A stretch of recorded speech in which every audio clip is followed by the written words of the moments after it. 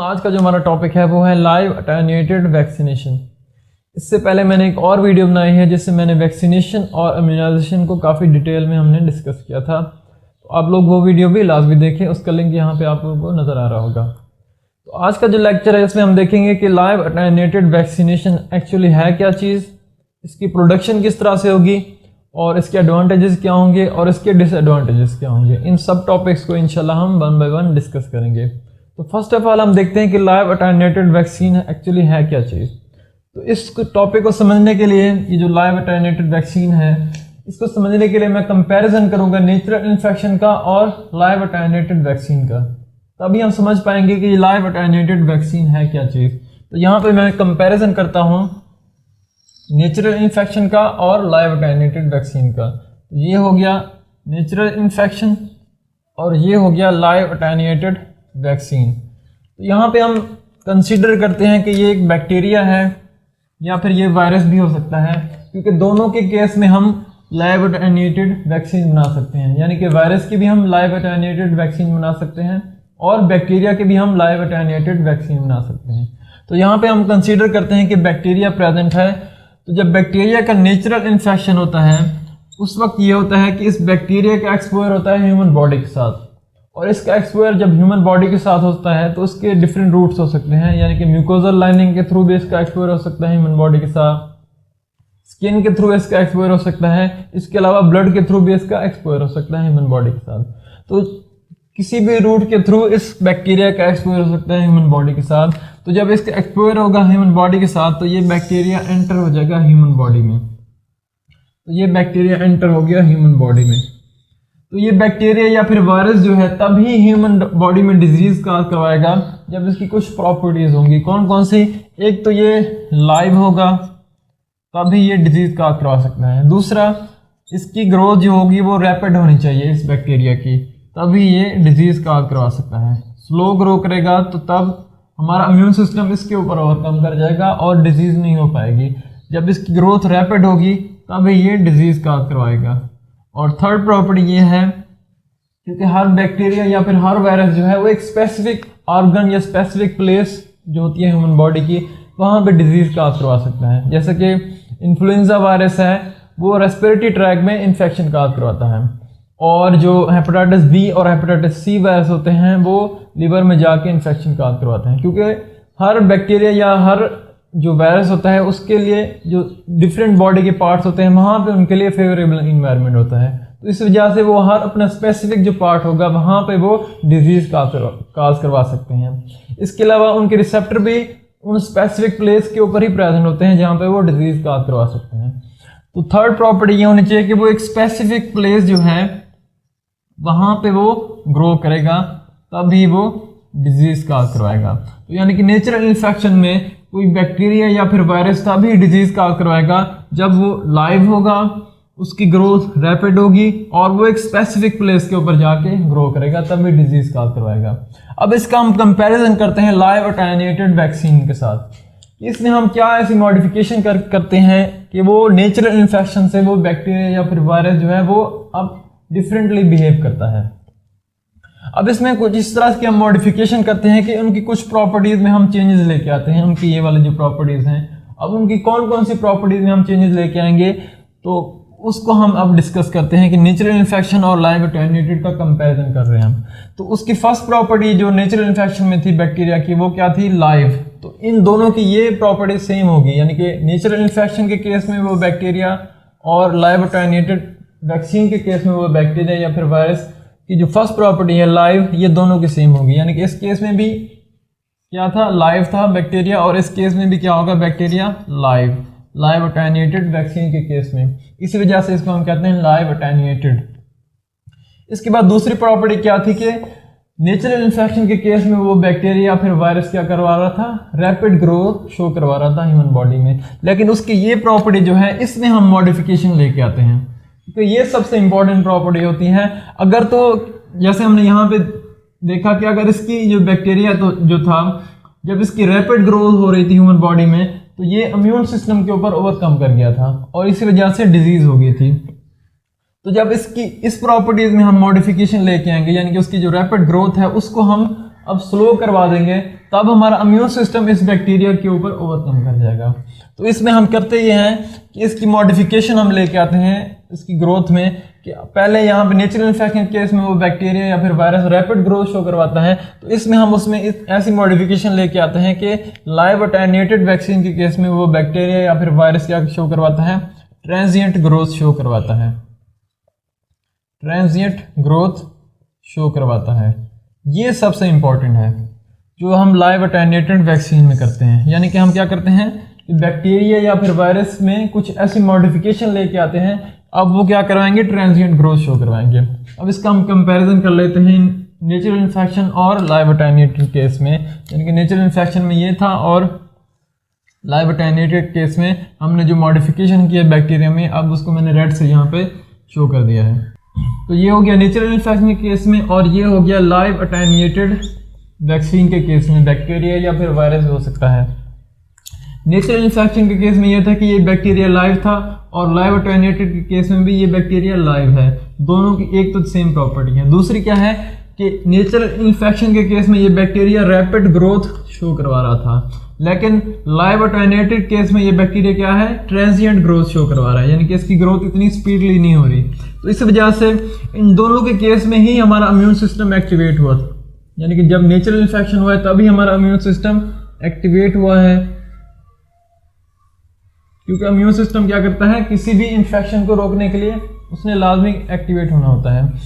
तो इस केस में जो बैक्टीरिया, क्योंकि इसकी ग्रोथ रैपिडली हो रही है, तो जब इम्यून सिस्टम एक्टिवेट होता है, और हमें पता है इम्यून सिस्टम के दो कंपोनेंट्स होते हैं या दो पार्ट्स होते हैं, एक को हम कहते हैं इनेट इम्यून सिस्टम और दूसरे को हम कहते हैं अडॉप्टिव इम्यून सिस्टम। और first of all इनेट immune system activate होता है, वो इतना स्ट्रांग नहीं होता, तो इसी वजह से क्योंकि इसकी ग्रोथ रैपिडली हो रही है, तो इसी वजह से ये ओवरकम कर जाता है इम्यून सिस्टम के ऊपर in case of natural infection.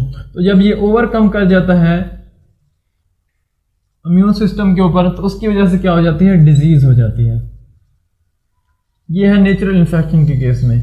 और जब लाइव अटेन्यूएटेड होता है बैक्टीरिया, तो इस केस में क्या होता है कि जो बैक्टीरिया की ग्रोथ है अब स्लो हो रही है। इस केस में भी क्या होता है, इम्यून सिस्टम एक्टिवेट होता है ह्यूमन बॉडी का। अब क्योंकि इस बैक्टीरिया की ग्रोथ बहुत ही स्लो हो रही है, तो इसी वजह से इम्यून सिस्टम अब क्या होगा, इसके ऊपर ओवरकम कर जाएगा, बैक्टीरिया के ऊपर या फिर वायरस के ऊपर। तो इस केस में क्या होगा, डिजीज नहीं होगी। ठीक है, तो नेचुरल इन्फेक्शन और लाइव अटेन्यूएटेड में यही फ़र्क होता है कि इसमें बैक्टीरिया या फिर वायरस में हम कुछ ऐसी मॉडिफिकेशन करते हैं कि अब वो बैक्टीरिया ह्यूमन बॉडी में ग्रोथ तो शो करवाएगा, यानी कि लाइव भी होगा और ग्रोथ भी शो करवाएगा, लेकिन ट्रांजिएंट ग्रोथ होगी। अब ट्रांजिएंट ग्रोथ की वजह से क्या हुआ है कि इम्यून सिस्टम इस बैक्टीरिया के ऊपर ओवरकम कर गया है। तो इस वजह से क्या हुआ है कि इस पर्सन में डिजीज नहीं हुई, अब इम्यून सिस्टम एक्टिवेट हो गया है। तो जब इम्यून सिस्टम एक्टिवेट होता है, तो जैसे मैंने बताया, first of all इनेट immune system activate होगा, उसके बाद अडॉप्टिव इम्यून सिस्टम एक्टिवेट होगा। और अडॉप्टिव इम्यून सिस्टम में जो इंपॉर्टेंट सेल होते हैं वो टी सेल होते हैं और बी सेल होते हैं। तो इस पर्सन में अब जब अडॉप्टिव इम्यून सिस्टम एक्टिवेट होगा, तो इस पर्सन में टी सेल्स एक्टिवेट हो जाएंगे और बी सेल्स एक्टिवेट हो जाएंगे इस पर्सन में। फिर ये टी सेल और बी सेल इस बैक्टीरिया या फिर इस वायरस की क्या करवा देंगे, किलिंग करवा देंगे। तो जब इस बैक्टीरिया की किलिंग हो जाती है, तो अब क्या होता है कि ये जो टी सेल और बी सेल होते हैं, अब क्या करते हैं, ये मेमोरी टी सेल और मेमोरी बी सेल में कन्वर्ट हो जाते हैं। ये टी सेल जो है ये किस में कन्वर्ट हो जाएंगे, मेमोरी टी सेल में, और इसी तरह ये जो बी सेल है ये कन्वर्ट हो जाएंगे मेमोरी बी सेल में। इसका फ़ायदा ये होगा कि अगर इसी बैक्टीरिया का दोबारा इन्फेक्शन होगा, ये तो हमने बैक्टीरिया खुद से इसमें मॉडिफिकेशन करके खुद से ही एक पर्सन में इनोकुलेट करवाया था, तो अगर इसी बैक्टीरिया का नेचुरल इन्फेक्शन होगा, जैसे इस केस में हुआ था, इस केस में नेचुरल इन्फेक्शन में ये हुआ था कि ये इम्यून सिस्टम के ऊपर ओवरकम कर गया था। जब उस पर्सन की वैक्सीनेशन नहीं हुई थी, तब क्या हुआ था कि ये बैक्टीरिया इम्यून सिस्टम के ऊपर ओवरकम कर गया था और डिजीज़ हो गई थी। लेकिन जब उसकी वैक्सीनेशन हो चुकी है, यानी कि एक ट्रेनिंग हो गई है ह्यूमन बॉडी की, ट्रेनिंग में कि उसमें अब मेमोरी टी सेल और मेमोरी बी सेल प्रोड्यूस हो चुके हैं। अब जब नेचुरल इन्फेक्शन होगा, अब क्योंकि अडॉप्टिव इम्यून सिस्टम एक्टिवेट हो चुका है इस बैक्टीरिया के अगेंस्ट, यानी इस हमारे इम्यून सिस्टम या हमारी बॉडी को पता चल गया है कि अब ये बैक्टीरिया अगर आएगा तो इसको हम इजीली किल कर सकते हैं।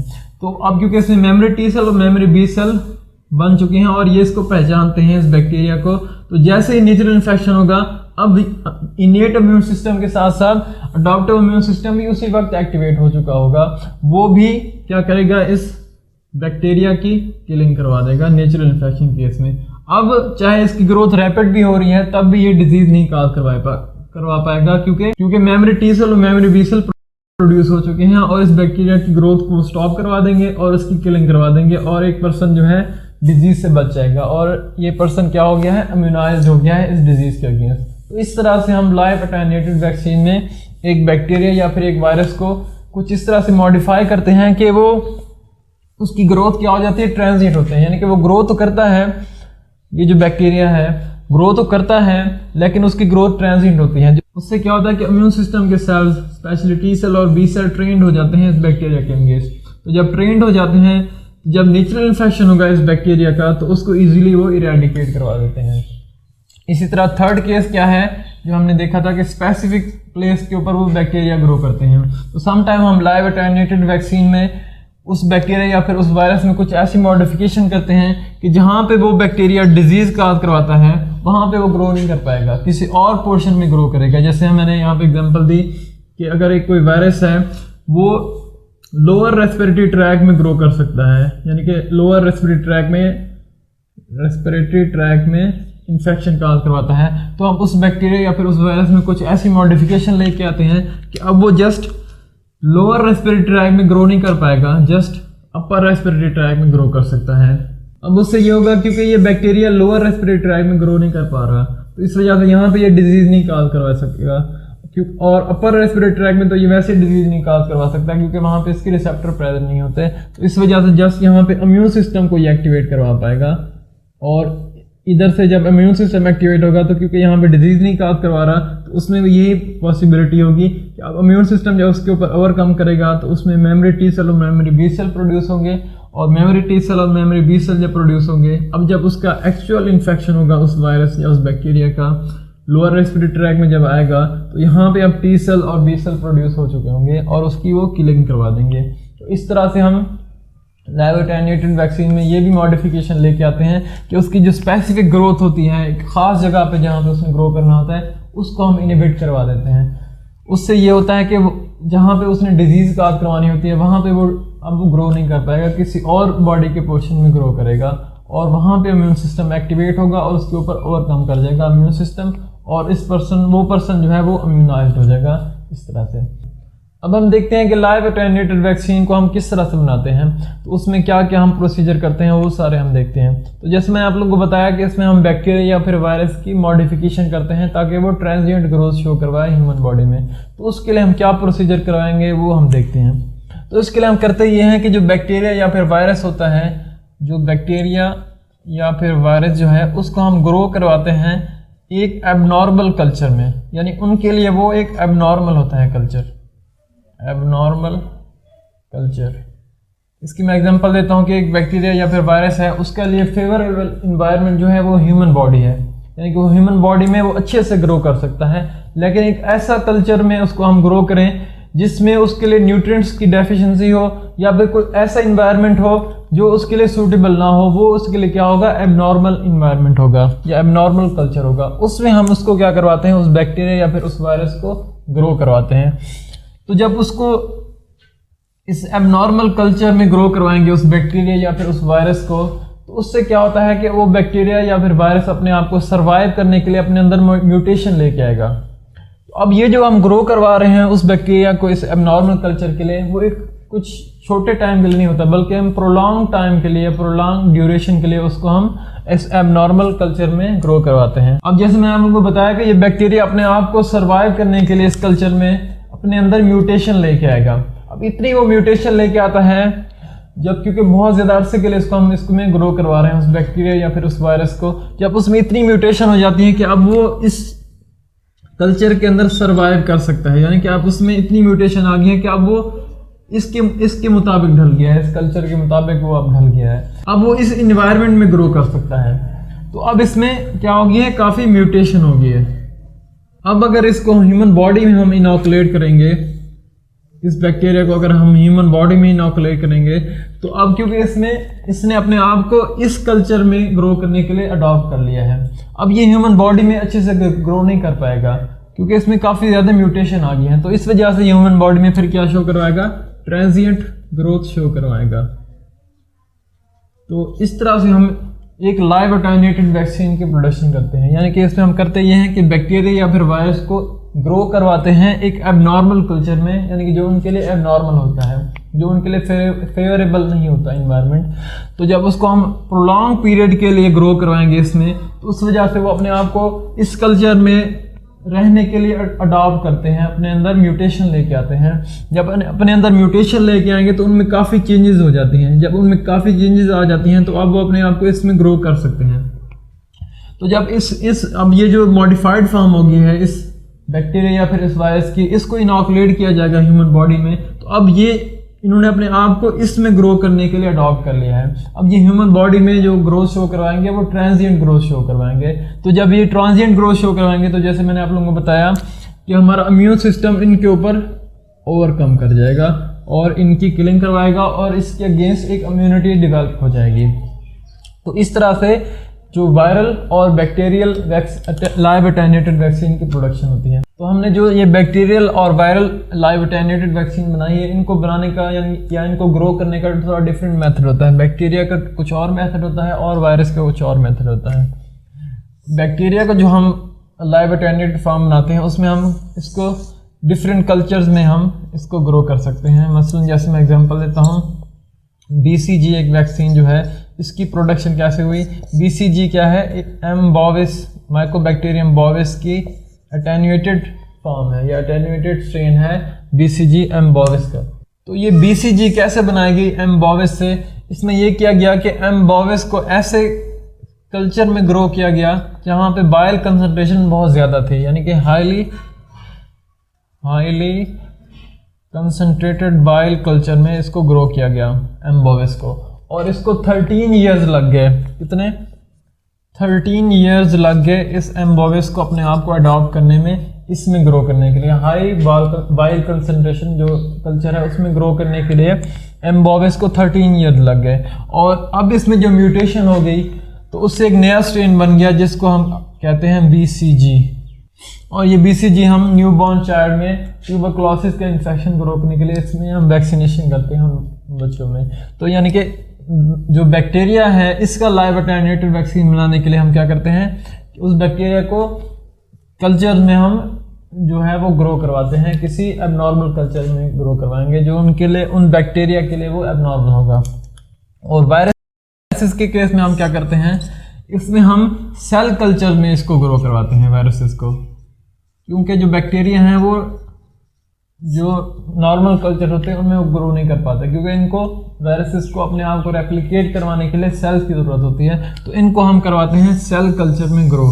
तो इसमें जो हम सेल यूज़ करते हैं जिसमें इन्होंने ग्रो करवाना होता है वो नॉन ह्यूमन सेल्स हम यूज़ करते हैं, क्योंकि हमें इनको अडॉप्ट करवाना है ताकि ये ऐसे सेल में ग्रो कर सकें, यानी ये अडॉप्ट कर सके अपने आप को किसी ऐसे सेल में ये ग्रो करने के लिए अपने आप को अडॉप्ट कर सकें जहाँ पे ये इन्फेक्शन नहीं कॉज करवा सकते थे। तो इनको हम नॉन ह्यूमन सेल्स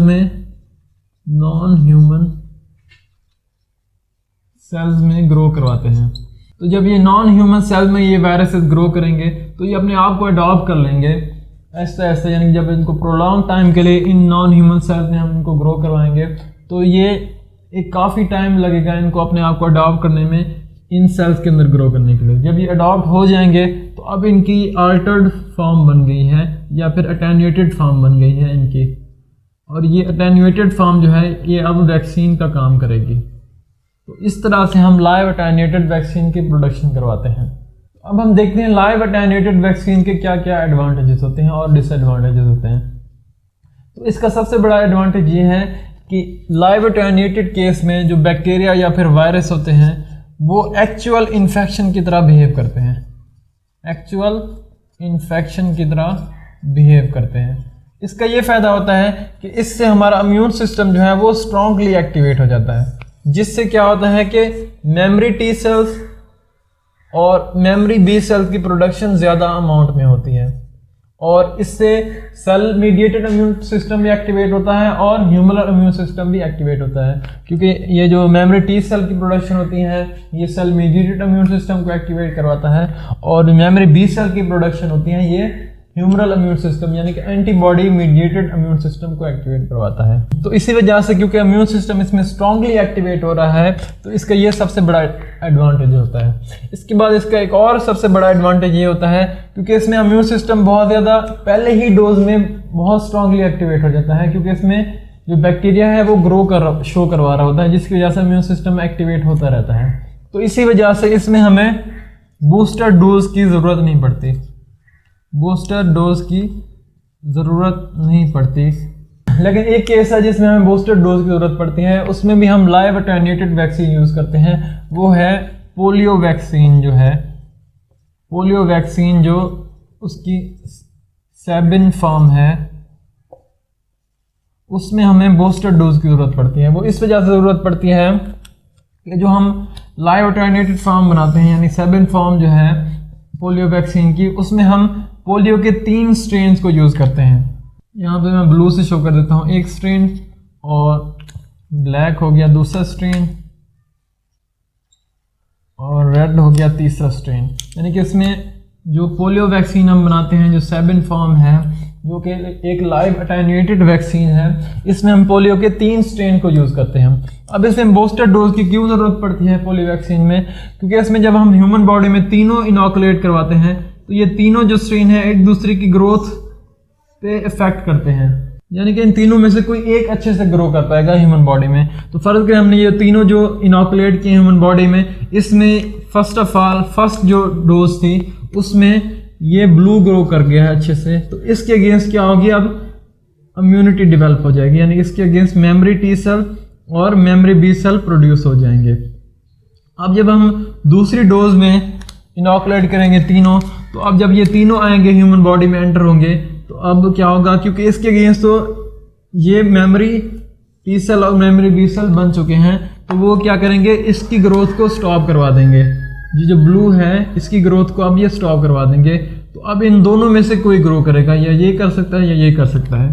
तो अगर इनमें से ब्लैक ग्रो करेगा दूसरी डोज में तो इसके अगेंस्ट अब इम्यून सिस्टम एक्टिवेट होगा, यानी कि इसके अगेंस्ट अब मेमोरी टी सेल और मेमोरी बी सेल प्रोड्यूस हो जाएंगे। तो जब हम तीसरी डोज देंगे तो अब इन दोनों के अगेंस्ट मेमोरी टी सेल और मेमोरी बी सेल बन चुके हैं।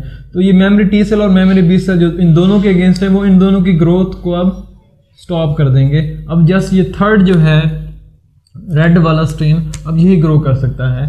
तो अब इसके अगेंस्ट लास्ट में मेमोरी टी सेल और मेमोरी बी सेल प्रोड्यूस हो जाएंगे। तो अब इस तरह से 3 डोज हमें रिक्वायर्ड होती हैं सेबिन फॉर्म जो है पोलियो की, क्योंकि इन तीनों के स्ट्रेन के अगेंस्ट हमने इम्यूनिटी डेवलप करनी होती है ह्यूमन बॉडी में, तो इस वजह से बूस्टर डोज रिक्वायर्ड होती है। वैसे अमूमन जो है लाइव अटेन्यूएटेड वैक्सीन में हमें बूस्टर डोज की ज़रूरत नहीं पड़ती, क्योंकि इसमें जो बैक्टीरिया या फिर वायरस होता है वो एक्चुअल इन्फेक्शन की तरह बिहेव करता है। तो इसी वजह से इम्यूनिटी जो है वो बहुत स्ट्रांगली एक्टिवेट होती है और उसमें हाई अमाउंट में मेमोरी टी सेल और मेमोरी बी सेल की प्रोडक्शन होती है।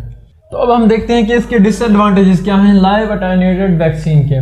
तो इसका सबसे बड़ा डिसएडवांटेज जो है वो एक ही है, वो ये है क्योंकि इसमें जो हम बैक्टीरिया या फिर वायरस जो इनोकुलेट करवा रहे हैं ह्यूमन बॉडी में, उसमें हमने म्यूटेशन कंट्रोल नहीं की, यानी कंट्रोल्ड म्यूटेशन नहीं है। जैसे हमने एक एबनॉर्मल कल्चर में उनको ग्रो किया, हमें पता नहीं कि कहाँ पे उसकी म्यूटेशन हुई है, किस जगह पे उसकी म्यूटेशन हुई है, यानी कि इसमें हम खुद से कंट्रोल नहीं कर रहे होते। तो इसमें यह होता है कि इसमें रिवर्जन के चांसेस बहुत ज़्यादा होते हैं।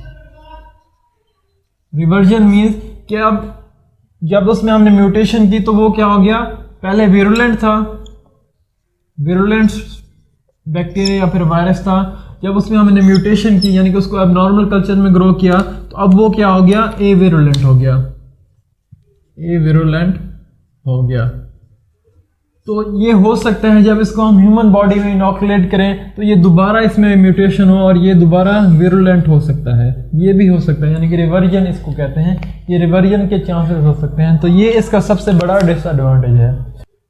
तो ये जो लाइव अटेन्यूएटेड वैक्सीन का सबसे बड़ा डिसएडवांटेज है, यानी कि उसकी रिवर्जन ए विरुलेंट से विरुलेंट, इसको ख़त्म किया जा सकता है। आजकल जो सबसे ज़्यादा रिसर्च हो रही है वो है रिकम्बिनेंट मेथड या बायोटेक्नोलॉजी की मदद से उसकी ये जो लाइव अटेन्यूएटेड वैक्सीन की का ये सबसे बड़ा जो डिसएडवांटेज है इसको हम ख़त्म कर सकते हैं। वो कैसे कि फ़र्ज़ करें यहाँ पे एक वायरस है और वायरस में डीएनए भी प्रेजेंट हो सकता है, आरएनए भी प्रेजेंट होता है। तो उसके डीएनए को मैं 2 कंपोनेंट्स में डिवाइड कर देता हूँ, ये हो गया रेड और ये हो गया ब्लू।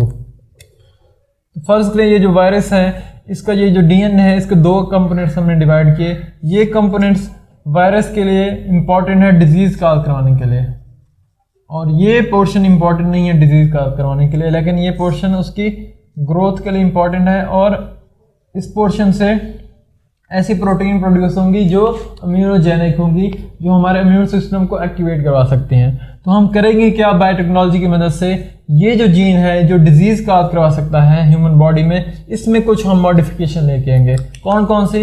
या तो फिर इस जीन को हम डिलीट करवा सकते हैं, या फिर हम क्या कर सकते हैं इसमें इसकी रिप्लेसमेंट करवा सकते हैं। तो डिलीट में हम क्या करेंगे कि बैक्टीरिया का या वायरस का जो ये वाला पोर्शन है डीएनए का जो डिजीज़ काज करवा रहा था, इसको हम रिमूव करवा देंगे उस बैक्टीरिया या फिर उस वायरस से। अब क्या होगा कि ये ह्यूमन बॉडी में ग्रो तो करेगा लेकिन डिजीज़ नहीं करवा सकेगा। इससे क्या होगा कि इस पर्सन में अब इम्यून सिस्टम एक्टिवेट हो जाएगा और इसके ऊपर वो ओवरकम कर जाएगा, और इम्यून सिस्टम जैसे मैंने शुरू में बताया उसके पे मेमोरी टी सेल और मेमोरी बी सेल प्रोड्यूस हो जाएंगे। इस तरह रिप्लेसमेंट में हम क्या करते हैं कि उसका ये जो डीएनए था इसको हम रिमूव कराएंगे किसी वायरस से। उस जो रिमूव्ड डीएनए है उसमें हम खुद से म्यूटेशन लेके आएंगे, उसमें यानी कि इसमें हम खुद से म्यूटेशन लेके आएंगे। इस तरह से ये जो म्यूटेशन लेके आएंगे, अब इसमें इतनी म्यूटेशन हो गया इस डीएनए में कि अब ये डिजीज़ नहीं काज कर सकता। तो हम क्या करते हैं उसके ये जो म्यूटेटेड फॉर्म है उसको रिप्लेस करवा देंगे इस वाइल्ड फॉर्म डीएनए से। अब ये म्यूटेटेड फॉर्म इंसर्ट कर देंगे इस वायरस या इस बैक्टीरिया में। तो अब हमने इसमें म्यूटेटेड फॉर्म इंसर्ट कर दी है जिसमें हमने खुद से म्यूटेशन की थी। तो अब ये जो रिप्लेसमेंट हुई है इसकी, उससे क्या होगा कि ये बैक्टीरिया या फिर ये वायरस जो है ये ग्रो करेगा ह्यूमन बॉडी में लेकिन डिजीज़ नहीं काज करवा सकेगा। तो इस तरह से इम्यून सिस्टम एक्टिवेट होगा और इम्यून सिस्टम इसके ऊपर ओवरकम करेगा और मेमोरी टी सेल और मेमोरी बी सेल प्रोड्यूस हो जाएंगे। तो आई होप आप लोगों को लाइव अटेन्यूएटेड वैक्सीन ये समझ आ गया होगा।